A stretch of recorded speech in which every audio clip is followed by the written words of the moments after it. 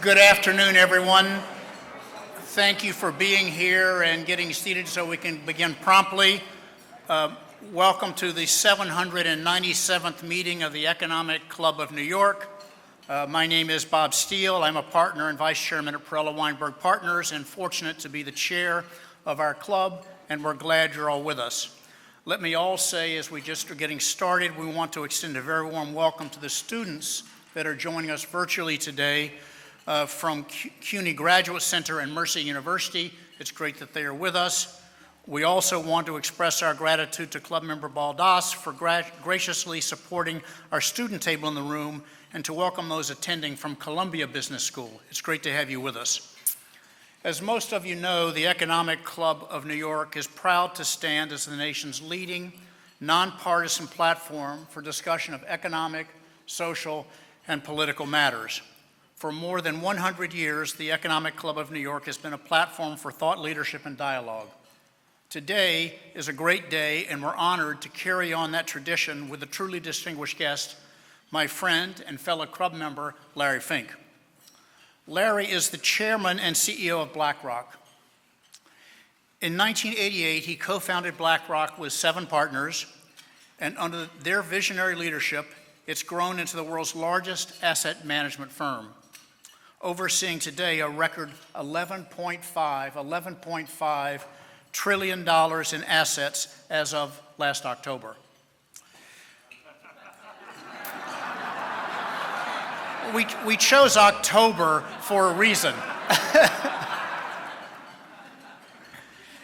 Before establishing BlackRock, Larry was a managing director at the First Boston Corporation, where he played a pivotal role in the management. His extensive experience in finance has been instrumental in shaping BlackRock's strategic direction and success. Beyond his professional achievements, Larry is deeply committed to global economic and civic initiatives. He serves on the Board of Trustees of the World Economic Forum and is co-chair of the NYU Langone Medical Center Board. Additionally, Larry contributes his expertise to the boards of the Museum of Modern Art, International Rescue Committee, and other important organizations.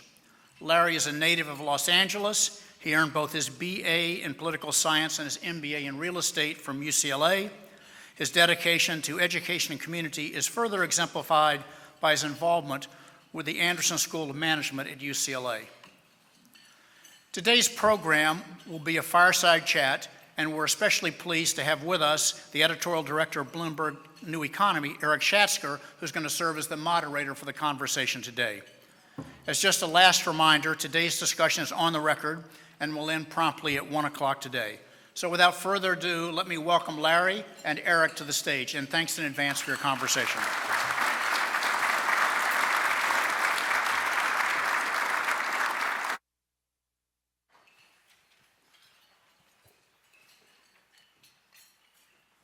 These are pretty important chairs, Erik, so I don't think they're repros. No. Bob, thank you. Larry, where should we begin? There is, as we were just discussing, a lot of history in this club. There's a lot of history in this building. So, where are you going with this? how would you characterize this moment in American history? It's no different than anything else. We're fine. I mean, you know, look at, in our 37 years of running BlackRock, we're not focused on the day-to-day. We try to consistently talk with a narrative about long-termism, working with clients in the long run. I mean, obviously, things, when you see a 20% market decline in 3 days, obviously it has significant impacts and the ripple effects of the potential of tariffs is going to be long-standing. And so our job right now is to just be, we're having more conversations with clients. Probably the last time we had this many client conversations at BlackRock was right when we closed our economy in March of 2020. And this is the type of time where we really try to connect. We manage money for people in 106 different countries. We have offices in 36 countries. So what we need to be doing every moment is bringing all this global information that we gather with $11+ trillion of money and hearing and paying attention to the flows and where the money's going. But the magic sauce of BlackRock is the last 20% of being local and being really connected to each and every client worldwide and try to really add to them. So we're bringing all this global information, but we really try to be local in every community where we operate and work. And you know, as a fiduciary, our job is to be helping Canadians right now. Our job is helping Europeans now. Our job is to be helping Americans now. And so, you know, obviously markets are down 20%.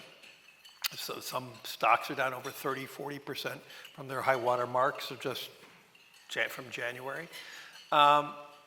But in the long run, I would say in the long run, this is more of a buying opportunity than a selling opportunity. That doesn't mean we can't fall another 20% from here too. But I do believe over the long run, the vitality of the United States will persist. And I'm still proud in terms of working with every investor worldwide.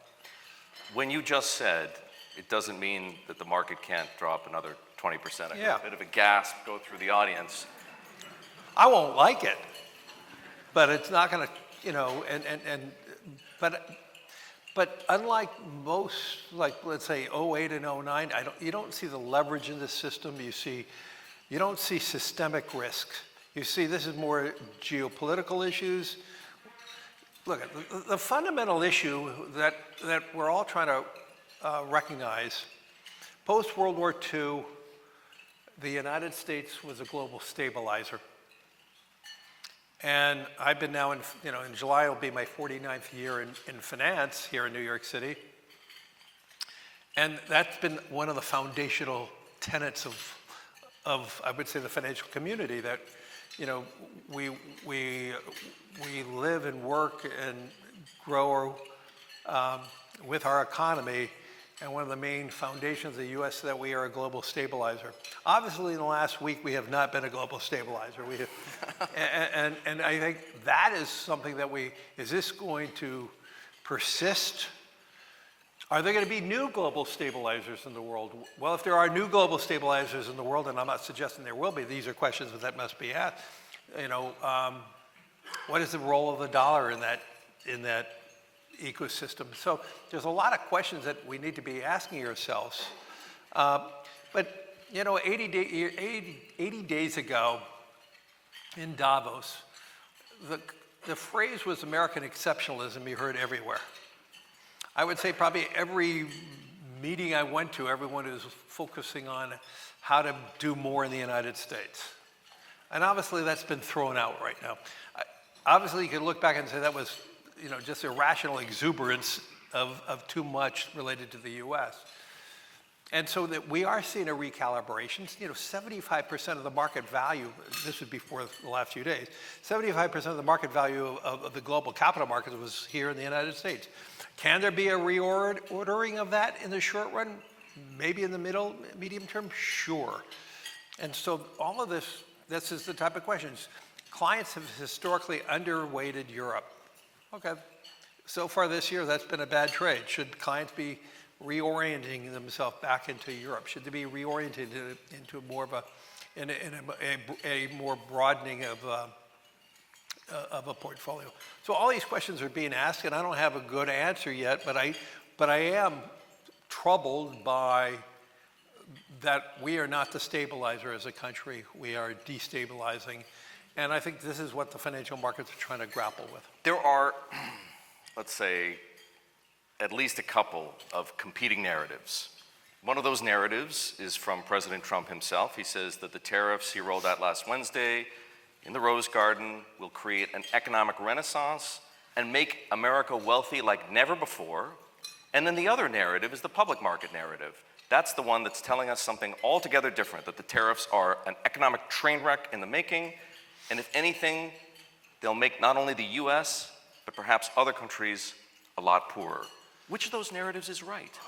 It's probably something in between, but I'm, as a market participant, I'm more in the market market camp? narrative. So let's be clear. In the United States right now, 8% of workers are in manufacturing. 8%. 8. So how much more should it be? 16%? I don't know, but it's not. I don't think. I looked up what the new entry level of automotive worker is today. It's about $25 an hour, $25 to $28 an hour. That's not a great job versus today. And Brad Smith, the president of Microsoft, talked about this last Monday, stating that we're going to have a shortage as large as 500,000 electricians in this country. Electricians today are paid over $150,000 a year, especially for the advanced electricians who are doing AI and all that. So there are many ways where we could create great jobs instead of this whole reordering. And so I believe the markets. I've always believed in the markets, and I believe the markets are telling you the real story. And the markets are telling that story right now. Could the story be a little too negative now? Maybe. Could it be not negative? Not maybe too. I'm not here to suggest we're over this pathway. We'll have to see how this plays out. So we're going to have to see how this plays out. But let me step back and respond to another statement you said. Let me just reiterate, 75% of the global capital markets rested here in the United States. I would say that means the United States is fabulously successful when you have that. That being said, and I wrote this in my CEO letter that came out a week ago today, the biggest issue we have in capitalism, the biggest difference that we have today is we have not seen a broadening of the economy as much as we need to. And I think this is what President Trump is trying to do. How can we broaden the economy that we can have more opportunity for more? I mean, like I said, I think we need more schools that help men and women in the trades like electricians and other areas where we know we have a severe shortage right now. And the other thing I would say, if you look across the different manufacturing spectrum, there's a lot of job openings. My biggest issue is all of this, and this is where the market is not focusing on enough, all of this in my mind is much more inflationary than the market is expecting right now. How much more inflationary? Well, the market is talking about all the recessionary pressures, which obviously will mute down prices, but if all the tariffs, and I'm not saying they're going to be put into place, if all the tariffs are be put in place, almost so many items are going to be much more elevated. Two, more expensive. Yes, more expensive. We have so many needs for jobs already, and we're at 4% unemployment. When I started in Wall Street in 1976, full employment was considered 6%. And we reevaluated, and now we say maybe what is full employment, 3 or 4? I don't know what if they even use that term anymore. But we have shortages of workers, and we're going to have even more shortages of workers. And if you overlay a part of the reason why we had American exceptionalism 80 days ago, and AI, the need to build out infrastructure is just as great today. And my biggest fear as we roll out AI in the United States, building these data centers, building our electricity grids, building out America, building out our infrastructure, we don't have enough workers already. All this is going to lead to higher elevated wages, which is in some respect a good thing, but a lot of it is going to be elevated inflation. So this notion that the Federal Reserve is going to ease 4 times this year, I see zero chance of that.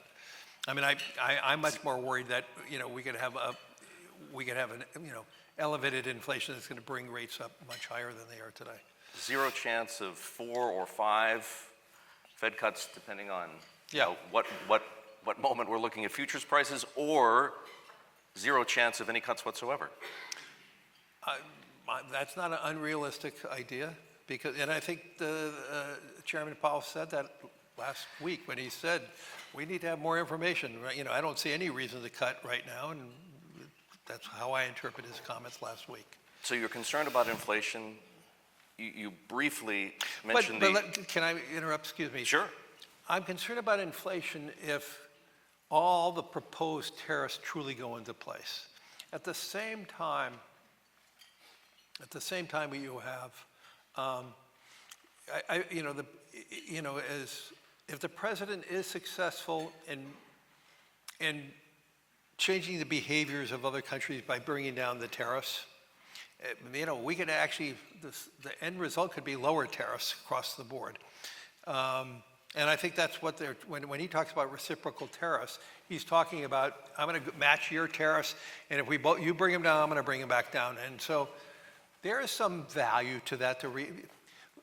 Our tariff system was founded post-World War II, post-Korean War, where we believe that if we could lift these other countries post these crises, American businesses would be the biggest beneficiary. And we have not changed how these asymmetric tariffs that we've created over the last 80 years. And, is there a value today to relook at how we have tariffs today and how to try to make it more symmetrical? Sure. And so we'll see how this all plays out.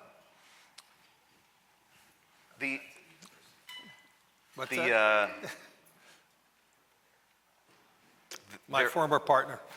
Ralph's lost time. So you've touched on this idea, Larry, that perhaps there's some justification for a change in Yeah, I mean, look, I was with tariff policy. a senator today, and he talked about we import 29 million tons, which seems like a lot, of beef from Australia, and yet our beef cannot go to Australia. Okay, there's something that sounds like a legitimacy. So that's one of the justifications that the president cites, right? Fairness. Yeah. Right? Other countries are, in his words, ripping us off. The second... I'm not going to go talk about that. Okay, the second is revenue. Taxing imports will raise trillions of dollars to pay down the federal debt. At whose cost, though? No, that's never discussed. And then there's a third, right? Yeah. Reindustrialization, that companies will bring jobs and factories back to America. Which of those, is that a package of arguments that makes sense? I believe there are in some areas where we need to bring back manufacturing for national security areas. I don't think Barbie dolls is something that we're going to, or Swiss watches or anything like that we have to have, or shrimp from Vietnam. I mean, all these different things. There are some industries where having a more control of your supply chains is probably very important. So you're making the case for a much more calibrated. But that's who I am. I'm always a little more balanced in the center, yes. What about the theory that these retaliatory tariffs are part of a Nixonian grand strategy, like dropping the gold standard was to solve America's debt problem by forcing down treasury yields and weakening the dollar? That's a theory that has some purchase right now. Well, I do believe the dollar will be weakened. I mean, most political theory or economic theory is tariffs raise the value of the currency. I think it's going to weaken the dollar. Look, one thing I would say with certain, the economy is weakening as we speak. And so the need for the administration to focus on these pro-growth agendas, which was much of what the president campaigned on. We have to get that going, whatever it's the tax cut. We need to be deregulating. We need to be streamlining permitting. Exactly all the things I've been writing about, where we need to get the private capital, private markets to start investing in the United States. We need to, and I think right now the market's not focusing on all these. We forgot about the power of AI, the power of all these different changes. We're focusing on the market. But the macro trends of AI, the macro trends of rebuilding our infrastructure, these macro, and if the president is successful in deregulating, if he's successful in streamlining permitting, then we could go back to this view that we have a major growth agenda in front of us. The president has been focusing on, right now, areas that, in my mind, in the short run, are very inflationary and destabilizing the economy, and that's what we've been talking about. But if we can find ways of rebuilding growth through these agendas, and then, as I said at the beginning, the market declines. We're going to look back and say this might be a good entry level to get back into the market. Are we headed for a recession? Are we in a recession? Most CEOs I talk to would say we are probably in a recession right now. Right now? Right now. A couple of airline CEOs told me, one CEO specifically said, the airline industry is like a proverbial bird in a coal mine, canary in the coal mine, and I was told that the canary is sick already. If you look at what's going on in air traffic and how people are changing and how so many people who, like Canadians, who are not coming to the United States, we're seeing in various different sectors a real downturn. I have no doubt that people in this room and elsewhere are encouraged by this idea of yours that there are opportunities to seize. And it doesn't surprise me to hear you say that, because in the 16 years that we've known one another, you've always found a way to think constructively about the future, to make a case for taking risk, to make a case for staying invested. Mm-hmm. So explain that case right now. If, as you say, there's the possibility that at the very least equity prices continue to go down, mm-hmm. What should people do? Where are these opportunities? I can see why there might be opportunities for a firm like BlackRock, but what does everybody else do? Do you stay invested? Do you take risk? Do you take money off the table? What do you do? Well, I would not be taking money off the table right here. I think that we've had enough, from the high water point of January, which may have been excessive. I think a rolling 1 year average, the S&P is down about 7% now. Could it be down, as I said, could it be down 17% from a rolling 1 year average? Sure, that would be about 40% from the high water mark.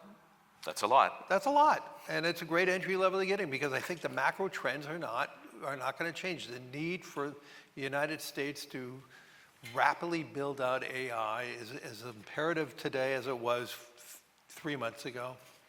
Our need to invest in our infrastructure is as great as today as ever before. And so some of the big macro trends have not changed. The narrative of that has changed. We're not talking about it, but I think if you spent time right now with the CEOs of the hyperscalers and NVIDIA and other players, they would say the need is just as great today as it was 3 months ago. And I think some of the big macro trends are still in place. Do you believe in a Trump put? A who? Trump put. What is that? If the markets weaken too much, that he'll reverse course on policy, tariffs, for example, or somehow engineer a combination of stimulative measures to bail them out. That's what I said. I do believe the president is going to be focusing on these pro-growth agendas, and so we'll see how that offsets. That's different, though. That's something that he's been promising the whole way along. Correct. And so Trump put would be effectively about the president getting scared. I don't know how to value that. Tariffs, Larry, are just one piece of a much more comprehensive policy agenda. Since the inauguration, we've seen major initiatives on everything from immigration and the border to rolling back DEI. I could go on, there's a lot, most of it by executive order. Again, trying to take a step back from the burning question of tariffs, which are occupying the markets at the moment. Right. How would you evaluate these first 11 weeks of Trump 2.0? A lot of volatility, a lot of change. And I think even before the tariffs, there was so much change, so much volatility. I think this is one of the reasons why even 4 or 5 weeks ago, most CEOs were telling me business is incrementally getting worse. I think whether it was a threat of tariffs, whether it's just all these changes, I think more and more people were pausing and slowing down consumption as we speak. And I think all of this is just going to slow down consumption.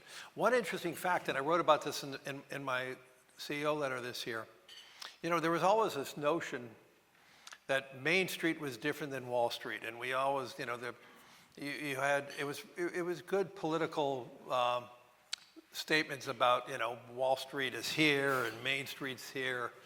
Well, the reality is 62% of Americans now invest in equities. So the market impact is impacting Main Street.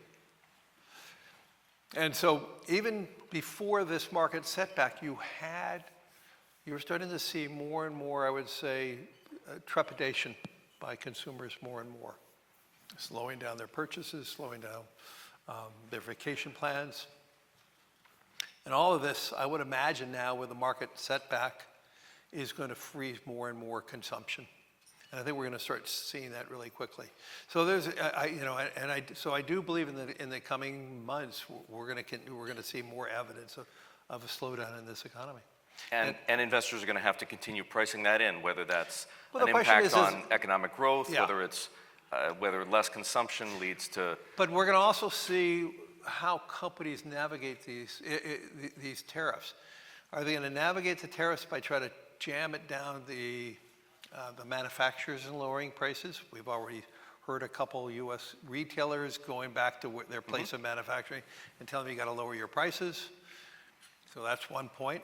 One point is, are they going to absorb the tariffs in their margins? That's not good for the equity market. Or are they going to just pass it all the way on to the consumer and elevate prices? It's probably going to be a combination of all three. But until we see how this all plays out, and then two, how much of these tariffs are going to be actually implemented, we'll see. But I think most of America does not understand the extent of these tariffs. What is it? 86% of toys are manufactured in China. So there's a 67% cumulative tariffs now in China. Those are going to be expensive Barbie dolls. They are. But across the board, the tariffs across the board, everything we're talking about is just going to be, I'm not saying 100% is going to be passed on in terms of the final purchase price, but a lot of it's going to be passed in, and the cumulative effect of that. So just think about, there are more American jobs in the fabrication of steel and aluminum than there is in making steel and aluminum. So we now have these aluminum and steel tariffs in place.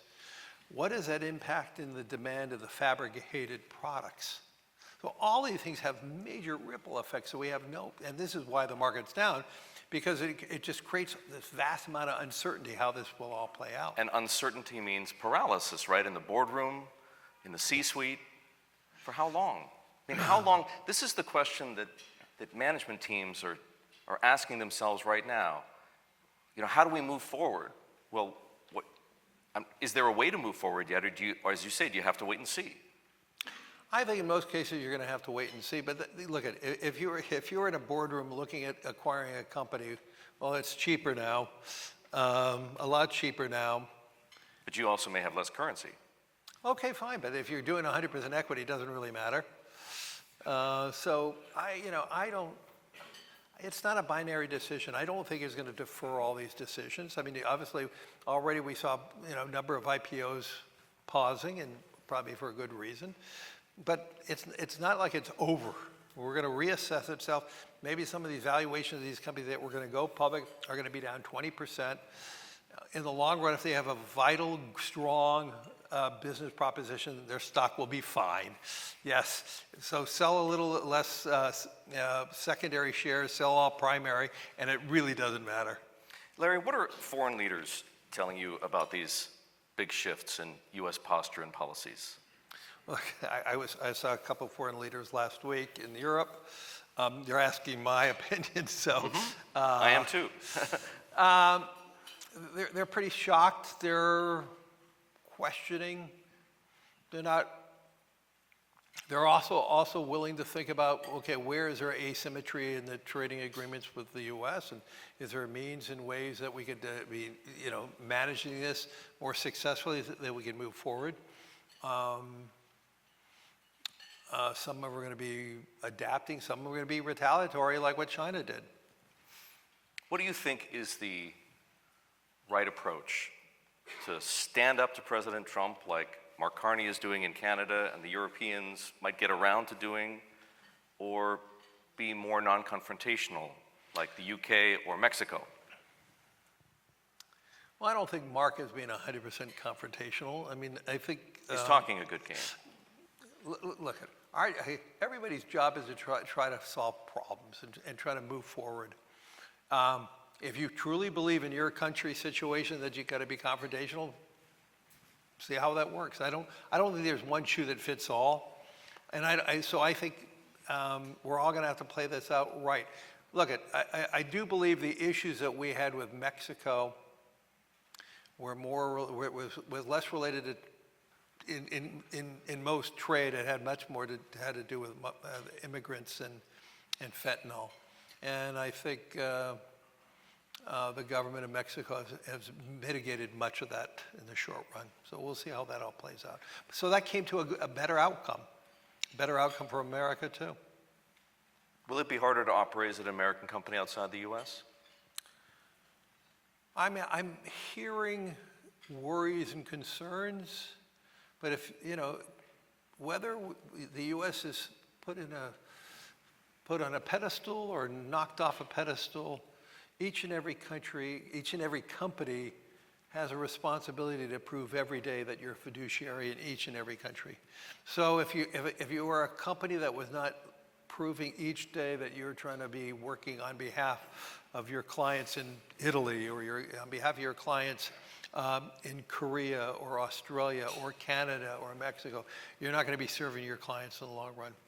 And so, to me, this is why I started off this conversation today. We're in 106 different countries. We have offices in 36 countries. Our job is to prove every day that we are working on behalf of each and every client. And so of the $11+ trillion that we manage, zero is our money. Zero. So if we don't prove every day that we are working on behalf of each and every client and helping them, then we're going to fail anyway. Will there be some negative overhang? Maybe, but I don't believe that's going to be translating into I would say, a direct impact on the future of our business. There is obviously no small amount of risk in running afoul of the president. He has shown himself to be willing to inflict a lot of economic pain on his critics and his opponents. Do corporate leaders have to choose their words carefully? I think corporate leaders have to choose their words carefully with every government. It doesn't matter who's in office. I think our job is to, as a leader of BlackRock, my job is to be working on behalf of each and every country as best as we can. Our job is to provide the best advice that you can. And when you can give advice that it's held in private, you can do it one-on-one or in a small group of people. Your job is to be earnest and forthright and not to BS anybody. And so I've made my career around not telling political leaders what they want to hear, but I've led my professional career in telling political leaders what I think they should hear. When I used the term economic pain, I had one thing in mind. A lot of people, including many people here in this room, have been following the president's attacks on law firms affiliated with attorneys who prosecuted him. And some, including Paul Weiss and Skadden and Willkie Farr, have cut deals to save their businesses. Others are fighting the president in court. What do you make of that use of presidential power? Let's move on. I mean, I honestly, I could rephrase. If the president threatened to bar BlackRock from federal business, like managing money for civil servants, which you do, and warned your clients they might lose federal contracts, how would you handle that? I would look at what the issues are at large and what the administration is asking, and I would make a judgment on what is the value of that, and am I standing up to the principles that I tell every employee at the firm? Are we living those principles every day? Are we doing what we need to be doing, or is there something that in my past that we needed to mitigate? So I don't know the circumstances about any of the law firms. BlackRock has, our job is to be working on behalf of everybody. Last year, clients were awarded us $631 billion of new money. On Friday, we'll announce our first quarter. Our job is to prove every day that we're working for our asset owners. And so I couldn't answer that question how I would play it. You were at the White House last month to see the president after BlackRock clinched a multi-billion-dollar deal to buy the port operations from a Hong Kong company, C.K. Hutchison. I'm glad you said Hong Kong. It's Yes. important, right? Yeah. That deal was important because it included 2 ports in Panama that the president had accused of being controlled by China. J.D. Vance was at this meeting, Mark Waltz was at this meeting, Elon Musk was at this meeting. What did you learn from them? I'm not going to talk about the meeting. Let me just go back on the TikTok of the deal. Hutchison has been talking about for 2-3 years on the idea of possibly entertaining an idea of selling their ports. If you look at their stock price, their stock from our evaluation was trading at 30% of book. It was trading around a 26 billion market cap at that time, and they saw the valuation of the ports to be worth at least 22 billion of it, and they have many more enterprises within the whole complex. So they went out and spoke to dozens of different potential investors. Because of our acquisition of GIP, we already had a large position in ports, having over 50 ports alongside our partners, MSC, and their port business, TIL. And we coveted the opportunity of adding on the Hutchison's ports to the port business that we have on already. And all the who's who of New York private equity was bidding on it. Every major shipping company put a bid in it. So this was a pretty sought after asset, and I believe our consortium with MSC and TIL just gave us an overwhelming position. And the one thing I would tell this audience, 100% of the investment was done as a profit opportunity on behalf of our investors. There was not a kernel of decision-making related to any geopolitical considerations at that time. That being said, once we started into an exclusive conversation in locking down the deal with the seller, I did reach out to members of both parties, not just one party. I did have conversations with the administration. And we had conversations with some of the countries where the ports were located. So I don't think I would have done anything differently. We were trying to be a fiduciary in everything we were doing. Now, obviously, it became much larger because if you read 90%, maybe 100% of all the papers, it said BlackRock bought Panama. I mean, it's not a done deal yet. The Chinese have raised some concerns. What happens now? Well, I think this is going to be a very interesting thing to watch for geopolitical purposes.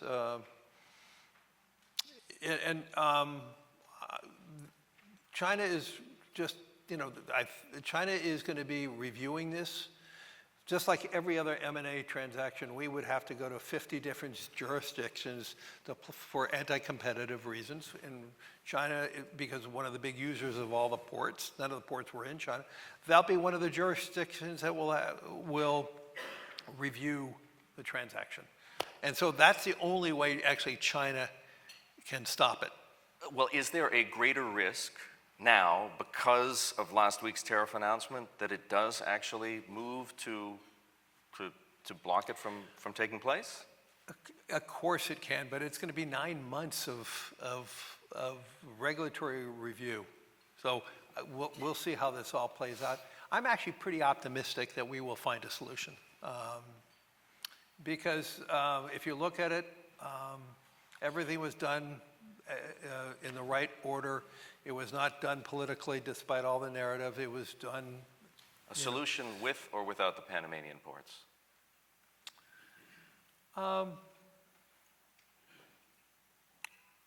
I'm pretty confident it would be...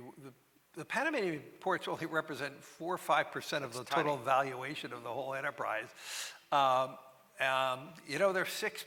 There's 6 port concessions at the Suez Canal that no one has ever talked about. So I just got to give you, some of the color. I mean, the port of Rotterdam, the biggest port in Europe, is one of the concessions there. It's going to be reviewed as one transaction. You're confident? Yeah. As of the moment, yeah. Is this kind of thing going to become a trend? Big ticket M&A, especially if critical infrastructure driven by geopolitical risks? Well, let's be clear. 2 years ago, no one would even care about a port. It would have been on page 40 of financial press. I mean, there was a lot of port transactions in the last 2 years that no one cared about. Yeah, I think this is a new reality today that countries are going to be looking at all these different geopolitical issues. That being said, BlackRock last year announced 3 mergers. There were 3 acquisitions. 2 of them are closed. In the first 2, we were hung up by 1 jurisdiction for crazy reasons.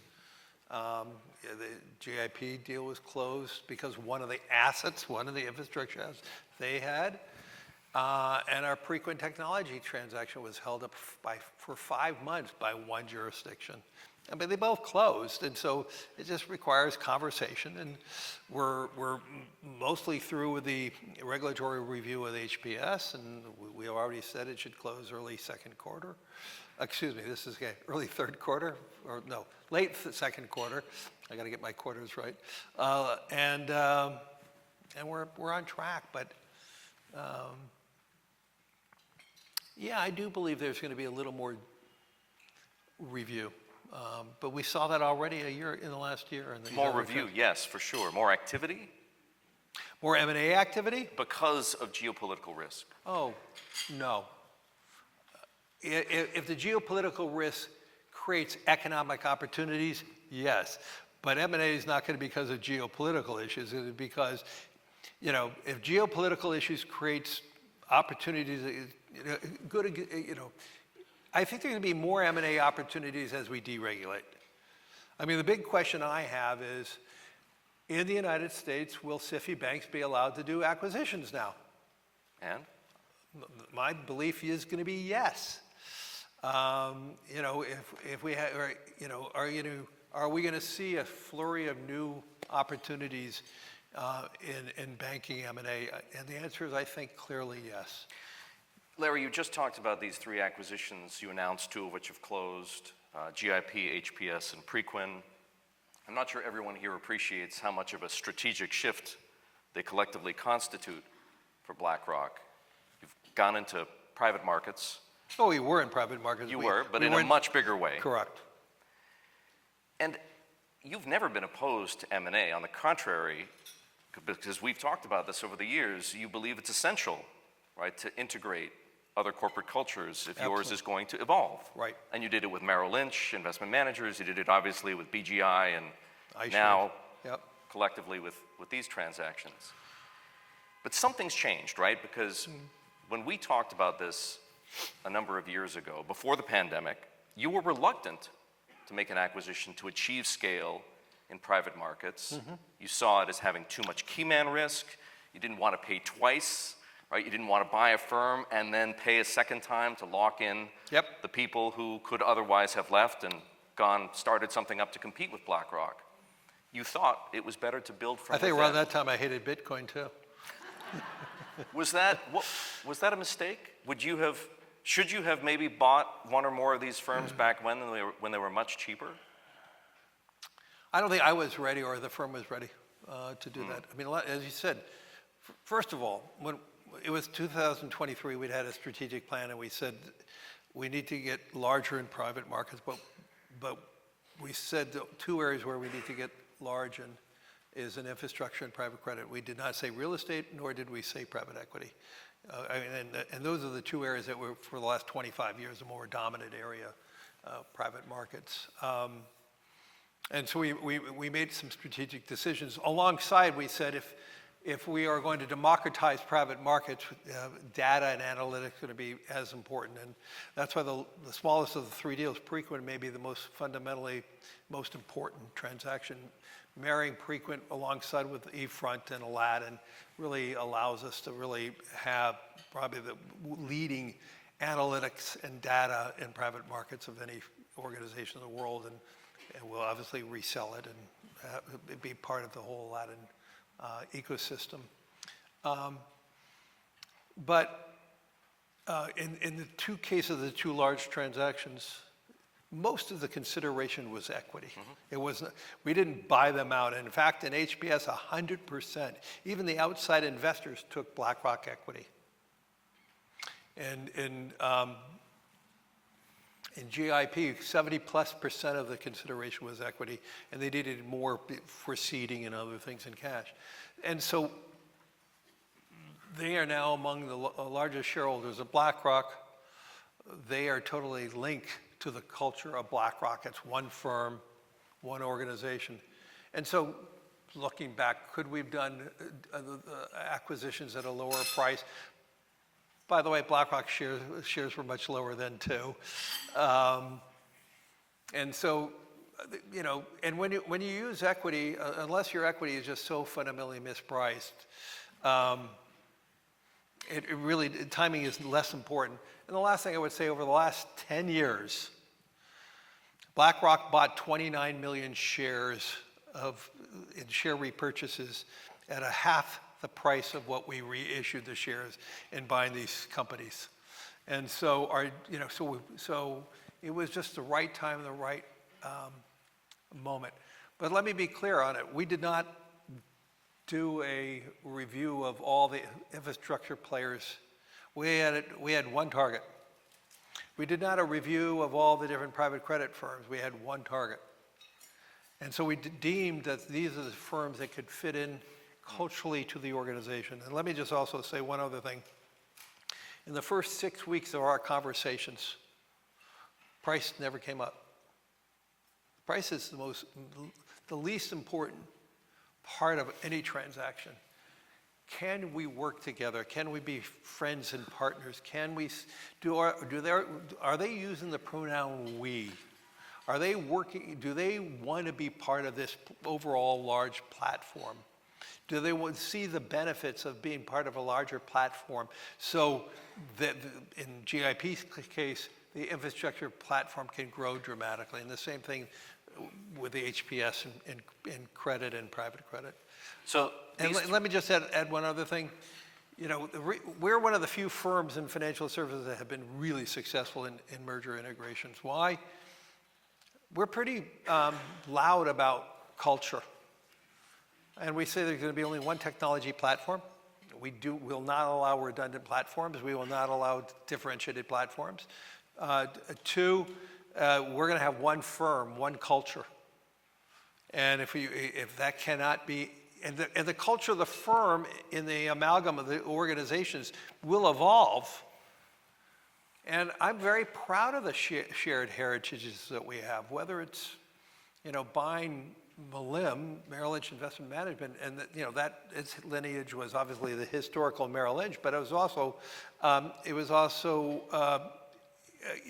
its long history and all the things. And Mercury, Mercury was part of the Warburg Empire, And so that's all part of our lineage. Or, State Street Research, our first merger we ever did, ran the Harvard Endowment back in the 50s and 60s. And all these things were just a major part of our lineage. And so I'm pretty proud of our tree. Let me ask you another culture-related question. One of the challenges any CEO faces, and it's especially hard for a founder CEO, is cultivating and empowering the next generation of leadership at a firm. Yeah. And then, of course, deciding when to step back. You're 72. You've been CEO since BlackRock got its start almost 40 years ago. Tell us how you and your board are thinking about this next chapter. Well, I look forward to the day when I'm not running it. I do not want to be somebody staying on way longer than I need. If the next generation team believe they're ready, and right now they're still telling me they're not ready yet, it's time for me to step down or maybe just elevate it to remain chairman and allow the next generation to run. Look, I'm pretty proud of our diaspora. There are a lot of people that we tap on the shoulders that they may not be able to be CEO at BlackRock or a leader at BlackRock, but they are CEOs at other firms.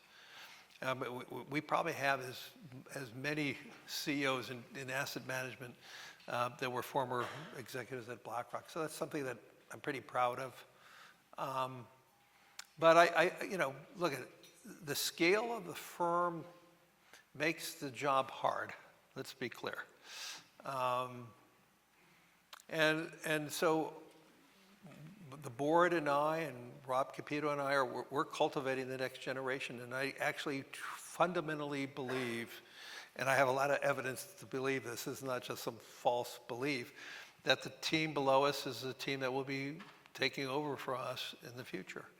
But we'll see. They'll be ready when? 18, 24 months? What do you figure? As I said, if they're ready tomorrow and they are ready to jump, I'm ready to stand down. I don't think they're going to be ready tomorrow. But I'm not going to be the one who stops it if they're ready. And I look forward to the day when the firm is run better without me. I know you've wrestled with this idea of whether to stay on as chairman or not. Yeah. Once upon a time, you thought it would be disastrous. Yeah, I did. You've kind of come around to a different point of view. Share with us how you think about it.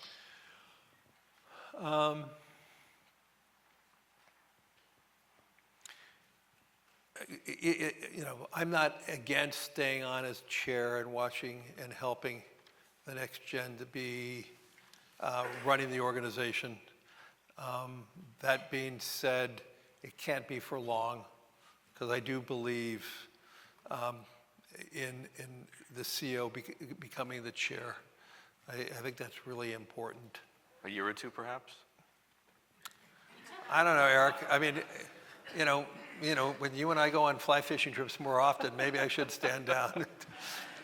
One of my fly fishing buddies said, we're going to go to Mexico next month, right, Eric? We are. Since we're here at the Economic Club of New York, it makes sense to take a few minutes while we still have them to talk about New York.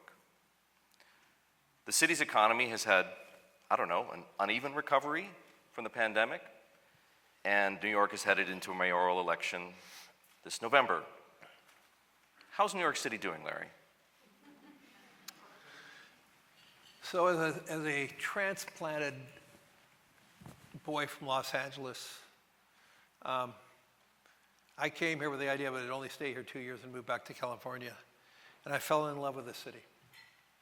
I thought the city was the greatest meritocracy. I thought the city, and keep in mind, I came here in the 70s when the city was pretty dreadful. But the culture of the city was there. You felt the culture was intact, the desire to grow and build, and the opportunity in the city. I felt like I never felt anything like that in Los Angeles then. And it became my home. And I raised a family here, and I have 8 grandchildren in the metropolitan area. And I always believed, even paying the amount of taxes we pay, I still felt working and living in New York was an honor.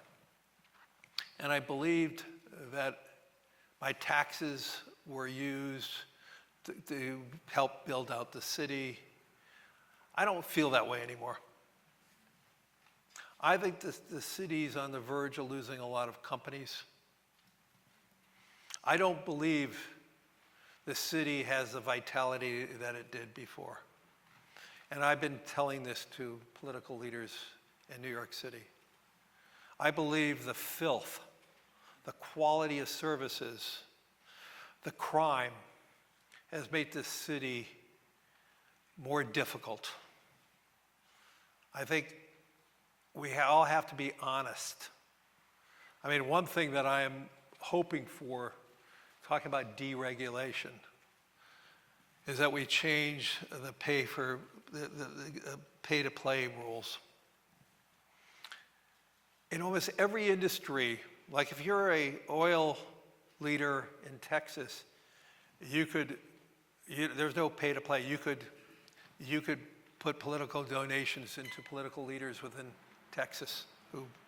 In New York, because we are so dominated by the financial services area, we are not able to do anything related to helping shape the narrative of this city. This is one of the reasons why I think the city has been so harmed. I believe that if we don't change the laws related to rescivity and discovery, which New York is the only state of 50 states that have that changed the discovery law for crime in 2019. And I know the governor is trying to change that right now in the assembly. But if we don't change that, 40% of the crimes in New York City are repeat offenders. And my gosh, it's just the potential of the city to even have a brighter future is, you could feel it, but are we losing it? And right now, there are other states, quite frankly, that are more attractive now. And you're seeing more and more of the firm's population are asking, can I move to other places? Because they're worried about, okay, the cost of housing here, the crime, the cost of education, all the things that are facing us. And so when I think about BlackRock, we have 21,000 employees worldwide, but we have not grown our New York City platform other than through these acquisitions at all in the last 7-8 years. We're still basically stuck at 4,000 employees here in New York City. And that's not how it should be. And so, yes, this is a time where we all have to stand up. As leaders now, if we want to reclaim the glory of New York City, we have to stand up more. Give us 1, 2, maybe 3 things that need to be done. Well, the first and foremost is to go back to where the other 50 states or 49 states are related to discovery. Okay. Number 2. I think we need to be focused on how to elevate the educational system in New York in public schools. We have to fully embrace charter schools. We need to really make sure that this is a place where not only can you get a great education and you can flourish in that, but you could move forward. Look at it, we have some great public schools here in New York City, but we need to have more of them. We have great public school teachers here in New York. We need to elevate them. We need to be paying our public teachers more money. I mean, the fact that what we're paying our teachers who mind our children, I mean, we lost our priorities. Bob Steele is about to give us the hook here, Larry, but before he does, I have to ask the obvious question, which everyone must be wondering now. Given what you've just said, Right. Is there anyone running for mayor whom you'd like to see mayor? Let me just say, I really love what Richie Torres is doing. He's not running for mayor, but he is one of the key members of Congress representing the Bronx, who is really trying to make a difference. Thank you, Richie. But like you say, he's not running for mayor. But he may be running for, he's talked about running for governor, I saw. I wish he was running for mayor. Well, in addition to thanking Richie Torres, let's thank Larry and Erik.